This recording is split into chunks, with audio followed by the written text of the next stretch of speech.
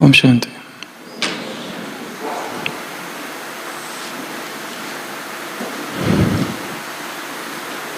किसी चर्च में एक नया पादरी नियुक्त हुआ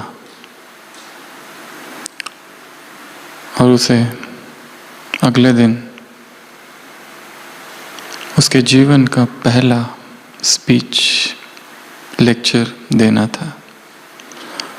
उसने आज तक कभी भी किसी के सामने कुछ नहीं बोला था, इसलिए अंदर से थोड़ा घबराया हुआ था। पर उसने सोच लिया कि रात भर प्रैक्टिस करूंगा, जो भाषण देना है उसको पूरा याद कर लूंगा। बाइबल का उसने एक वाक्य चुना और उसने रात भर उसके याद किया। वो वाक्य था, बिहोल्ड आई कम, देखो मैं आ गया हूं। ईसा कहता है, ईसा मसीह, बिहोल्ड आई कम। तो उस पादरी ने अपने भाषण के लिए यहां से चालू होने वाला एक पैराग्राफ याद किया और याद करने के इस चक्कर में पूरी रात निकल गई। वो बार बार याद करता रहा, बिहोल्ड आई कम, बिहोल्ड आई कम, बिहोल्ड आई कम। उसका पहला ही भाषण था और पर नींद नहीं हो पाई और सुबह सुबह उसे नींद आने लगी। परंतु नियुक्त समय पर वो चर्च पहुंच गया और बोलने के लिए खड़ा हो गया। और वो जो पोडियम था मंच पर, वहां जाकर उसने कहा, बिहोल्ड आई कम, देखो मैं आ गया हूं। क्योंकि रात भर नींद नहीं हुई, इसलिए आगे का सब भूल गया उसे। तो उसने सोचा क्या करूं जो याद आए। तो उसने सोचा कि क्यों ना इसी वाक्य को फिर से दोहराऊं। उसने फिर कहा, बिहोल्ड आई कम। फिर भी याद नहीं आया। सोचा तीसरी बार बोलता हूं। वो तीसरी बार बोलने गया, बिहोल्ड आई कम। और तब तक वो पोडियम हिलने लगा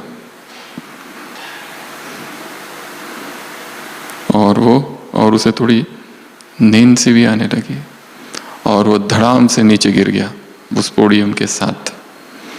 सामने एक बूढ़ी महिला बैठी थी प्रवचन सुनने, वो उसके ऊपर जा गिरता है। उस महिला से वो कहता है, आई एम सॉरी। वो महिला कहती है, सॉरी तो मुझे कहना चाहिए क्योंकि आपने 3 बार चेतावनी दी थी।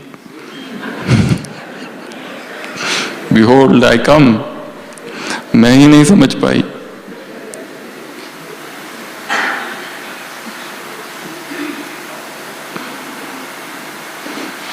एक बेहोशी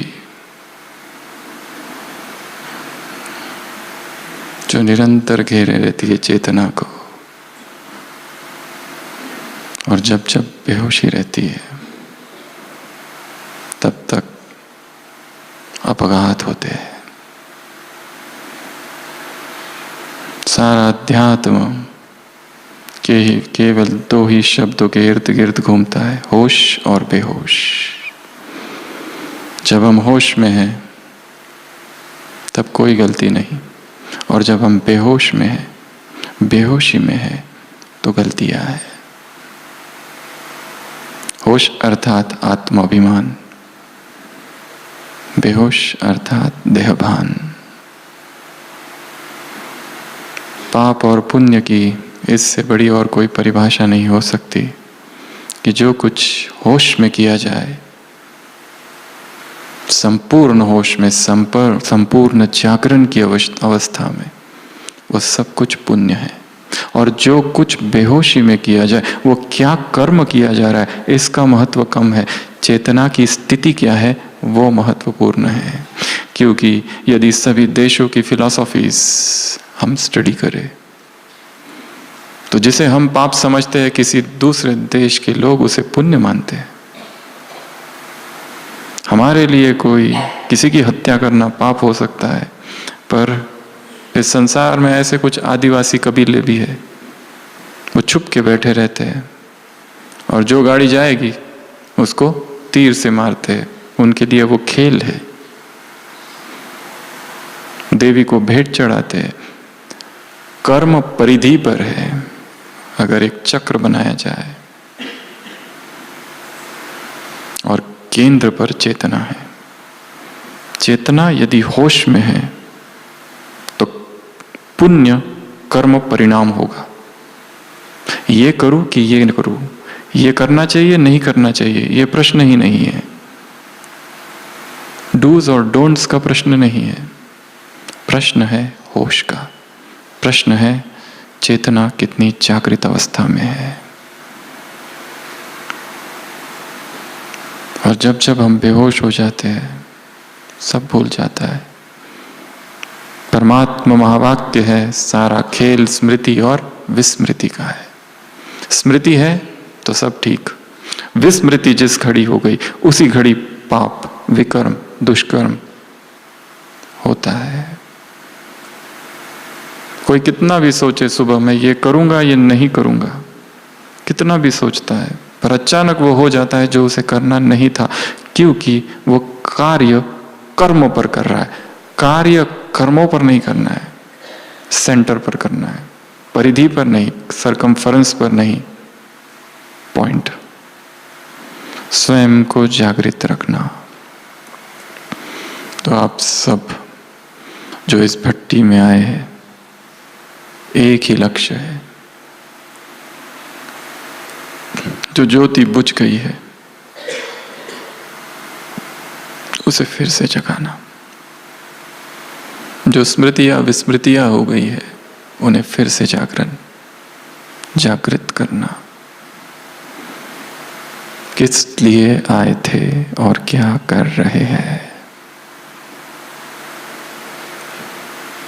किस लिए कुमारी जीवन अपनाया था, किस लिए कुमारी जीवन अपनाया था, किस लिए कुमार बने थे, किस लिए कुमारी बने थे, किस लिए इस यज्ञ में आए थे, लक्ष्य क्या था।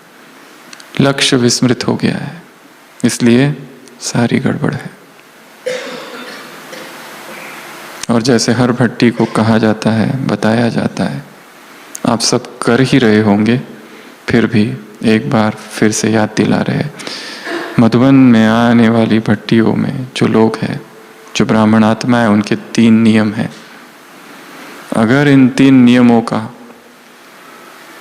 पालन किया जाए तो ये भट्टी जीवन परिवर्तन की भट्टी बन जाएगी, टर्निंग पॉइंट बन जाएगा। सबसे पहला नियम, मोबाइल स्विच्ड ऑफ। अभी भी अगर किसी का मोबाइल चालू है, जेब में है, बंद। इलेक्ट्रॉनिक सभी डिस्टरबेंस से मुक्त, किसी से कोई संपर्क नहीं। दूसरा, मौन। एक दूसरे से बात करते हुए तपस्या नहीं की जा सकती। पूर्ण मौन। जितना हो सके डाउन कास्ट आइज, आंखों को नीचे ही रखो चलते फिरते, क्योंकि ऐसा अवसर ऐसा मौका फिर नहीं आएगा। सेवाएं तो उधर कर ही रहे, यहाँ सेवा करने नहीं आए, यहाँ स्व उन्नति के लिए आए, चुप हो जाने के लिए आए हैं। Absolute silence. और तीसरा नियम, इस कैंपस से बाहर कहीं नहीं जाना, कैद हो जाना। ओम शांति भवन मेडिटेशन हॉल 4 धाम, डाइनिंग, अपना कमरा, बस।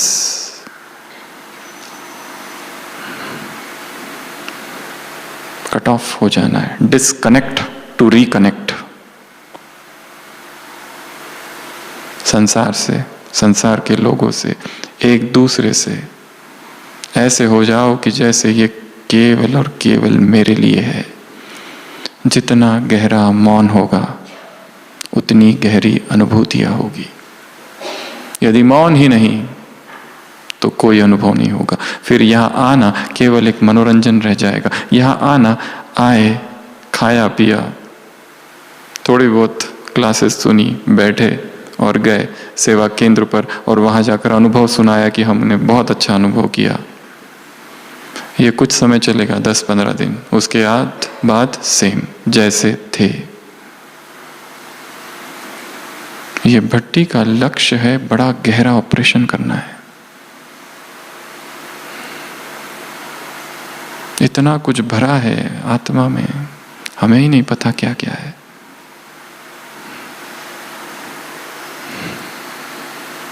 आवाज में अंदर नहीं पहुंचा जा सकता,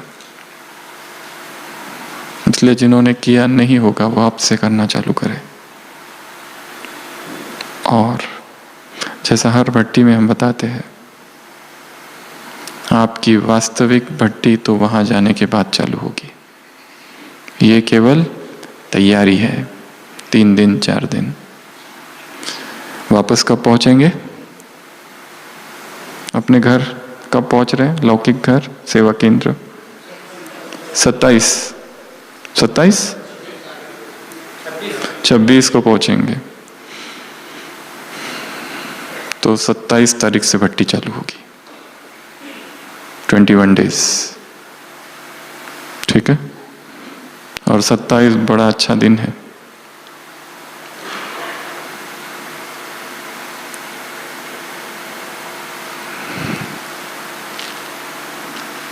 कैसी भट्टी करनी है उसकी ये तैयारी है। क्योंकि यहाँ जो अशरीरीपन का अनुभव हो रहा है, यहाँ जो शांति का अनुभव हो रहा है, यहाँ जो प्रभु प्रेम का अनुभव हो रहा है, वो मधुबन का दिया हुआ अनुभव है। यहाँ से जाते ही वो हट जाएगा, फिर वहाँ के वाइब्रेशंस, वहाँ के संस्कार फिर से जागृत हो जाएंगे, और ये यहाँ आना केवल यादगार रह जाएगी। इसलिए आज से ही तैयारी करनी है मन की। और भट्टी किस पर करनी है, कौन सा टॉपिक होगा, हर एक का अपना अपना अलग होगा। ये सार्वजनिक भट्टी है। यहां से जाने के बाद 27 तारीख से आपकी जो भट्टी चालू होगी, जहां आप रहते हो, चाहे सेवा केंद्र, घर या और कोई स्थान, वो व्यक्तिगत होगी। यहाँ पर स्पीकर्स अलग अलग है, वहां पर स्पीकर्स आप स्वयं होंगे। ये प्रत्यक्ष है, प्रकट है, वो गुप्त होगी। इसके अलग अलग टॉपिक्स है, उसके भी अलग अलग टॉपिक्स होंगे, पर वो टॉपिक आपको खुद डिसाइड करना है। या फिर मधुबन में आए हैं तो मधुबन में अमृत वेला वो टॉपिक दिए जाएंगे। किसी का अमृत वेला नहीं हो रहा है कई समय से, उसके लिए 21 दिन केवल अमृत वेले पर भट्टी करो। अमृत वेले की किताब है, दिन रात वह किताब पढ़ो जब तक वो पूरी याद ना हो जाए। किसी का ब्रह्मचर्य निरंतर डोलते रहता है, आज स्थिर है कर अस्थिर, वो केवल ब्रह्मचर्य पर भट्टी करेंगे 21 दिन। कहते हैं आदत बनने के लिए 21 दिन चाहिए, जीवन बनने के लिए 90 दिन चाहिए। It takes 30 days to form habit and 90 days to form lifestyle. तो 21 दिन का व्रत लेके जाना है। किसी के संबंधों में कड़वाहट है, द्वंद्व चल रहा है, शीत युद्ध चल रहा है, कोल्ड वॉर, आपस में ही, उनको उस संबंध को ठीक करने के लिए भट्टी करनी है। और ये भट्टी अत्यंत गुप्त होगी। किसी की भोजन में आ सकती है, वो भोजन पर भट्टी करेंगे। किसी की दिनचर्या सेट अब तक नहीं हो पाई है, वो दिनचर्या पर भट्टी करेंगे। किसी के office, job, career business. Centre पर जब तक है तब तक ठीक है, घर पर ठीक है, जैसे ही उस क्षेत्र में प्रवेश करते हैं हलचल चालू हो जाती है। क्यों होती है वो हलचल? उस पर गहन चिंतन की आवश्यकता है। इसलिए ये समझो कि यहाँ आना ये तो केवल एक पूर्व तैयारी है उस भट्टी की जो यहाँ से जाने के बाद करनी है। और वो जो टॉपिक्स होंगे वो मौन में प्राप्त होंगे।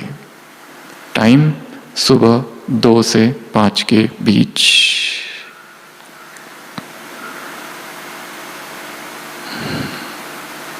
जल्दी सो जाओ, जितना हो सके भोजन हल्का रात्रि का, ताकि 1:30-2 बजे उठ सको। क्योंकि मधुबन का ऐसा वायुमंडल और कहाँ मिलेगा। तपस्वियों की तपोभूमि है ये, ब्रह्मा की कर्म भूमि और कर्मातीत भूमि है ये।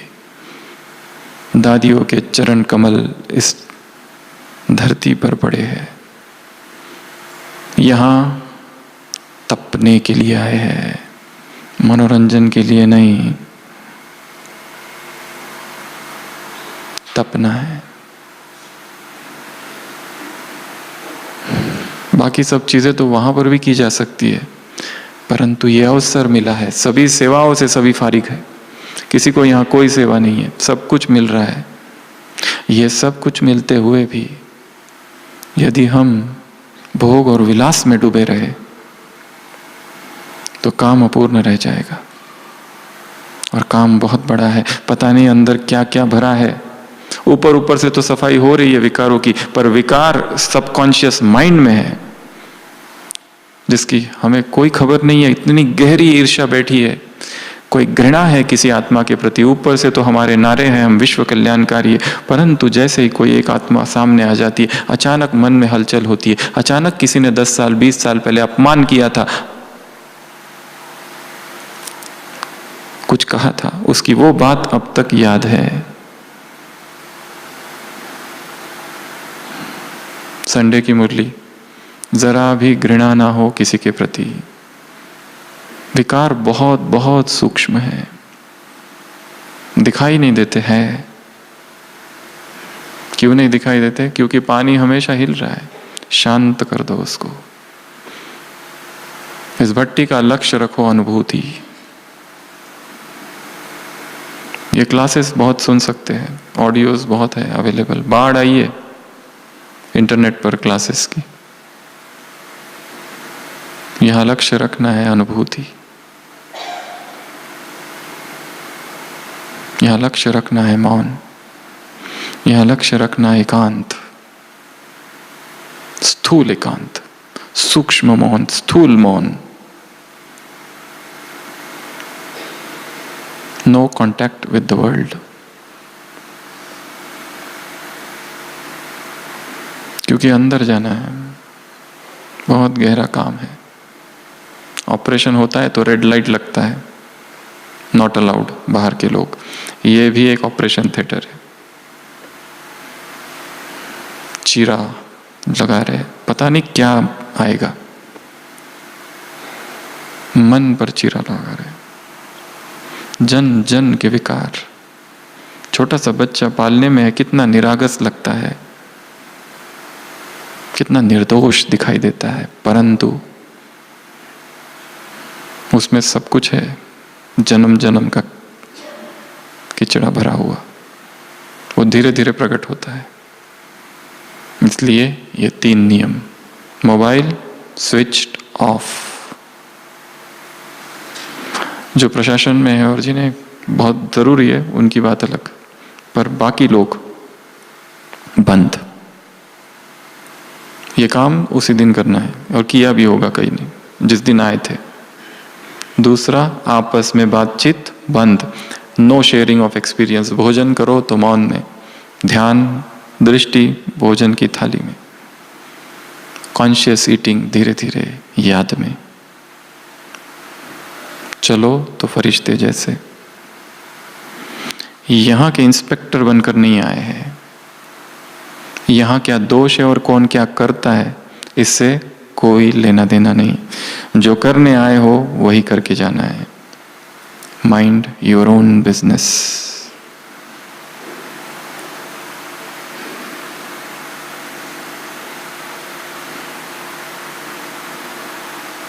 और तीसरा, इससे मिलूं उससे मिलूं, यहां जाऊं वहां जाऊं। कोई व्यक्ति योग में बैठता है, आधे घंटे के बाद उठता है, कौन उठाता है उसे? अंदर की बेचैनी। उसे और कोई नहीं उठाता, ना भूख उठाती है, ना उसे कोई सेवा है। अंदर चित्त बेचैनी से भरा हुआ है। अभी भी यहां बैठे हैं पर अंदर बेचैनी है, जल्दी ये पूरा हो जाए और जाए यहां से। और जहां जाए वहां जाने के बाद वो पूरा हो जाए और फिर आगे आगे जाए। रेस्टलेसनेस।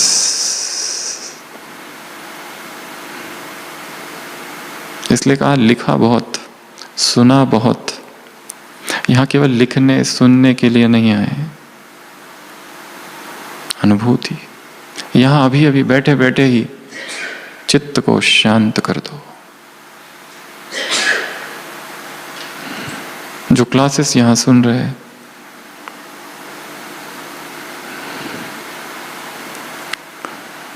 बीच का जो मौन है, दो वाक्यों के बीच जो अंतराल है, उसमें बीच बीच में भीतर की यात्रा करनी है।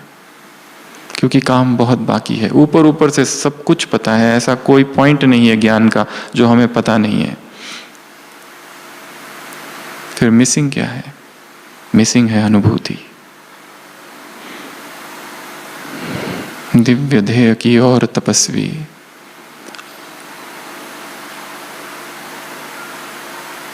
अविचल बढ़ता चल, गीत है। देह हमारा बहुत ऊंचा है, लक्ष्य बहुत ऊंचा है, और हम कहीं ना कहीं भटक गए हैं। ये भटकन बहुत सूक्ष्म है।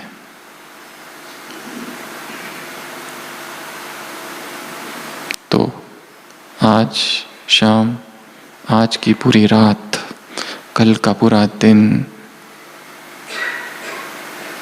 कल की रात, एक एक दिन और एक एक रात क्रांति का दिन हो और क्रांति की रात हो।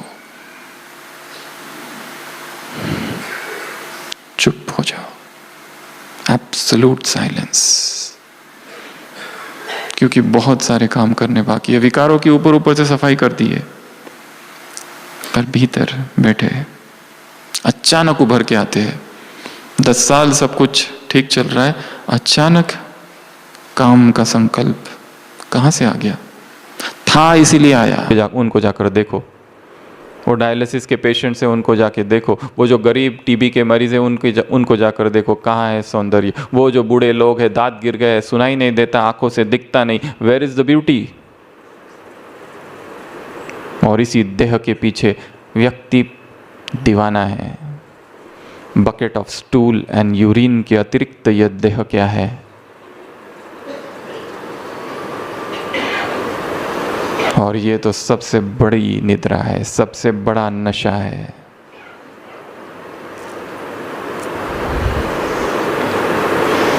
आज सुबह की अव्यक्तवाणी, कुमारों से मुलाकात।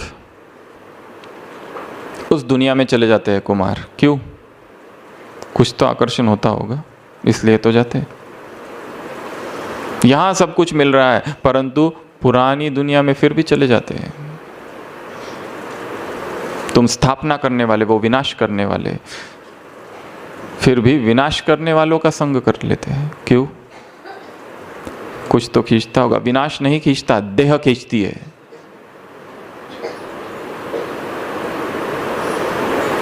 कारण ऊपर से भिन्न भिन्न बहाने, खींचने वाला है देह। देह को देख लेना, देह की वास्तविकता क्या है। जन्म मृत्यु जरा व्याधि दुख दोषानुदर्शनम। जन्म मृत्यु जरा व्याधि, सब में दुख है। इस संसार के दुखों का दर्शन कर लेना विधि है दुखों से मुक्त होने की। यहां कुछ भी जाओ करने, दुख है उसमें, इसलिए जाना ही नहीं है। बाउंड्री क्रॉस की तो सुखमयी संसार से दुखमयी संसार। काम का काम की निद्रा। उसके बाद है व्यर्थ की निद्रा। जिसे हम समझ रहे हैं समर्थ है, शायद वो व्यर्थ है। जो टीवी पर दिखाया जा रहा है, वो कह रहे हैं कि हम लोग तो खाली जानना चाहते हैं पॉलिटिक्स में क्या हो रहा है और क्रिकेट में क्या हो रहा है और इस सीरियल में क्या हो रहा है। टीवी सीरियल कौन कौन देखता है? हाथ खड़ा करना चाहिए।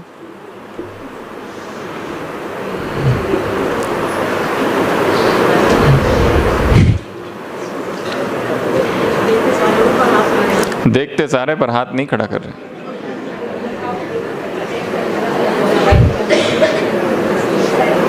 इंद्र सभा है,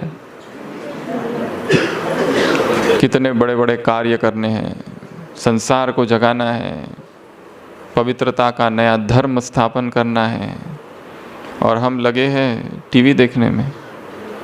और कोई कहते बहुत अच्छे सीरियल है, सीरियल बहुत अच्छे है, परंतु जो राम का पार्ट प्ले कर रहा है उसका अपना क्या चरित्र है? वो विश्व कल्याण के लिए राम की भूमिका बजा रहा है? किस लिए कर रहा है वो? या उसकी भावना है कि मैं सारे विश्व का कल्याण करूं?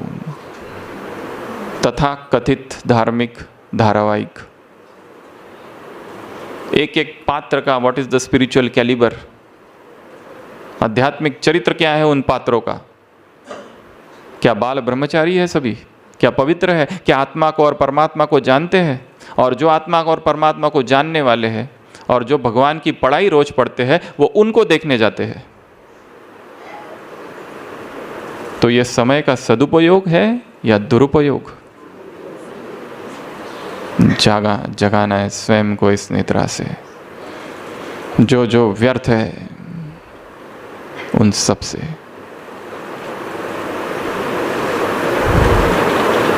लास्ट, विकार, निगेटिव की नींद, यज्ञ के प्रति निगेटिविटी, ब्राह्मण परिवार के प्रति निगेटिविटी, यज्ञ की आत्माओं के प्रति निगेटिविटी, ये नींद है। मधुबन के प्रति निगेटिविटी, आए थे भक्ति में, मुझ निर्गुण हारे में कोई गुण नहीं। ज्ञान में आने के बाद इन निर्गुण हारों में कोई गुण नहीं। इस परिवार,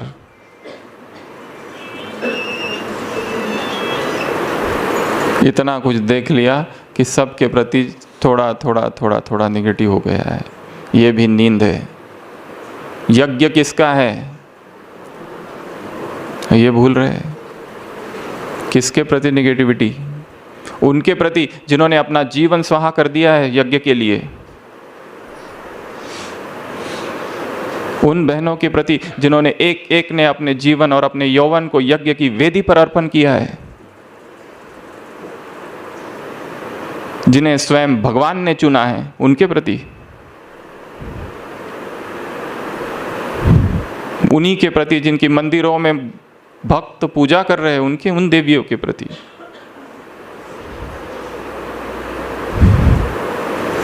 कौन है वो? क्या साधारण आत्मा है? वही है शिव शक्तियां, भक्त जिनको पुकार रहे हैं, पाप नाशिनी, साक्षात दुर्गा। इन सभी निद्राओं से स्वयं को जगाना है।